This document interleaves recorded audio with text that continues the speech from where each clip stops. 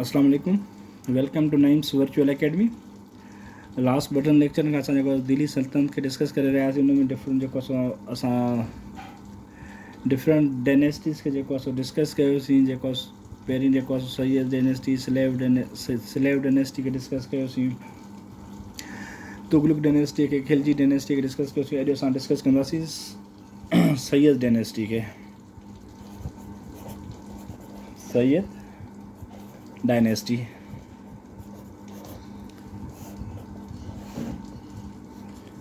Syed dynasty जेको आहे 1414 खां 1451 ताईं आहे। ठीकु, हाणे सैयद डायनेस्टी जेको आहे फाउंडर जेको आहे सैयद डायनेस्टी जो केरु हुयो? खिज़िर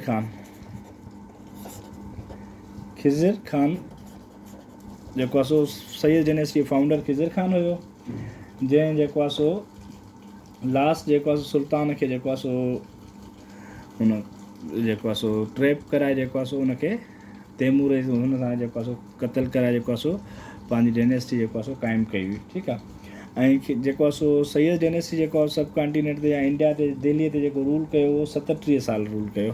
37 ईयर्स जेको आहे रूल रहियो हुननि जो, सैयदनि जो। हाणे उन में जेके मेन जेके एम्पीरियर्स हुया सैयद खां डायनेस्टीअ में, उहे जेको आहे हुया, हिकिड़ो त हुयो जेको आहे खिज़िर ख़ान।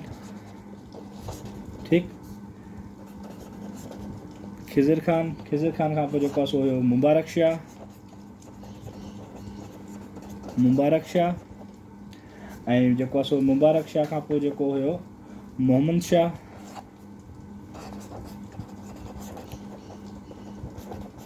ऐं जेको आहे चौथो जेको आलम शाह।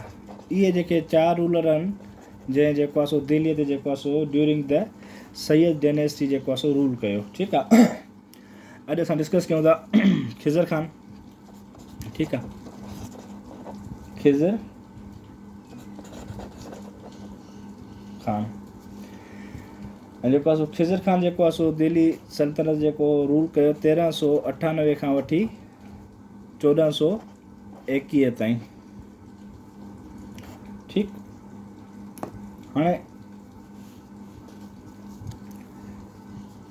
खिज़िर ख़ान जेको आहे उन बारे में असां पढ़ियो त पहिरियों पॉइंट इहो त खिज़िर ख़ान जेको आहे सैयद डायनेस्टी जो जेको आहे फाउंडर हुयो। He was the founder of Sayyid dynasty. He laid the foundation stone of the Sayyid dynasty in the Delhi सल्तनत, सैयद डायनेस्टी। ठीकु आहे, ही दिल्ली सल्तनत जो फाउंडर कीअं थियो? ही असिस्टेड तैमूर। ठीकु आहे, तैमूर खे जेको आहे हिन हेल्प कई, असिस्टेड तैमूर टू इन्वेड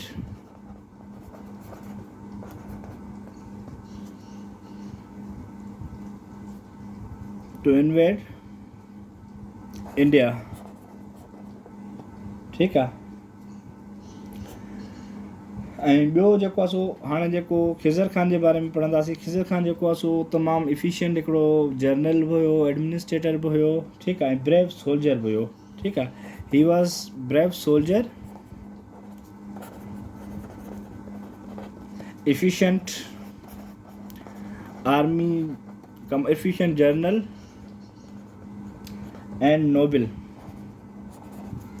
ठीकु आहे, ॿियो जेको आहे हिन का जेको आहे जॾहिं दिल्ली सल्तनत जो सुल्तान थियो त हिन पंहिंजे जेको आहे सल्तनत खे या पंहिंजे एम्पायर खे वॾो एक्सपेंड कयो। एक्सपेंडेड जेको आहे हिज़ एम्पायर, ऐं काफ़ी जेके उतां जा एम्पीरियर्स हुया उन्हनि खे जेको आहे फोर्स कई। ठीकु आहे, फोर्स कई, मूंखे जेको आहे ट्रिब्यूट पेश कयो। ठीकु आहे, ही फोर्स्ड मैनी एम्पीरियर्स। ठीकु आहे, जेके उन वक़्तु जेके एम्पीरियर हुया काफ़ी डिफरेंट स्टेट्स जा। ठीकु आहे, उन्हनि खे जेको आहे उन फोर्स कयो, तव्हां जेको आहे मूंखे बादशाह मञियो, ऐं जेको आहे मूंखे पंहिंजो एम्पीरियर मञियो, ऐं जेको आहे उन काफ़ी अहिड़ियूं स्टेट्स जेको आहे कब्ज़े में कयूं, उनखे इन्वेट कयो, जंहिंमें जेको आहे सभ खां वॾी जेको आहे राजा कटेहर जी स्टेट हुई, राजा कटाहर। ठीकु आहे, उनजी स्टेट हुई जेके उनजी रिवोल्ट हुयो, उनखे सप्रेस करे जेको आहे सो पंहिंजे कब्ज़े में आंदई। हरी सिंह जेको आहे सो रिवोल्ट कयो, बग़ावत कई जेको आहे सो सब कॉन्टिनेंट में। हरी सिंह जी बग़ावत खे जेको आहे सो सप्रेस कयईं। हरी सिंह जो जेको रिवोल्ट हुयो उनखे सप्रेस कयईं। ही suppress the revolt of Hari Singh, ठीकु आहे, सप्रेस कयईं, ठीकु। ऐं खिज़र ख़ान जेको आहे सो काफ़ी जेको आहे सो भला कम कया ऐं जेको आहे सो तमामु जेको आहे सो उनजो नालो हुयो उन सैयद डायनेस्टी में, जेको पंहिंजी स्किल्स जे करे, पंहिंजी जेको आहे सो नोबिलिटी जे करे जेको आहे सो तमामु घणो फेमस हुयो, ठीकु आहे।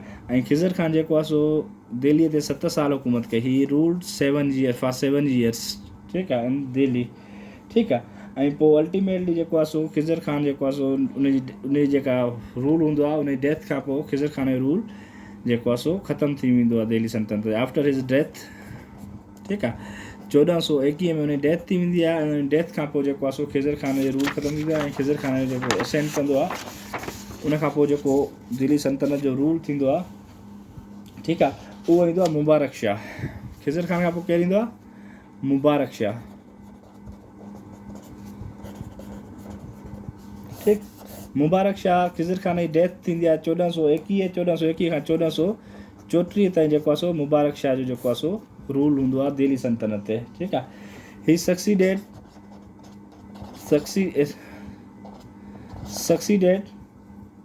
खिज़र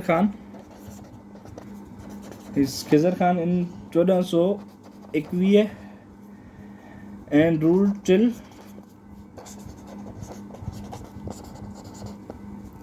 1434, ठीकु आहे। 1421 ते जेको आहे खिज़र ख़ान जी डेथ खां पोइ जेको आहे सो थ्रोन ते वेंदो आहे, किंग थींदो आहे। ऐं 1434 ताईं जेको आहे हुनजी हुकूमत हलंदी आहे। हीअ जेको आहे जीअं किंग थींदो आहे त जेको आहे सो पंहिंजो जेको आहे टाइटल खणंदो आहे मुइज़ुद्दीन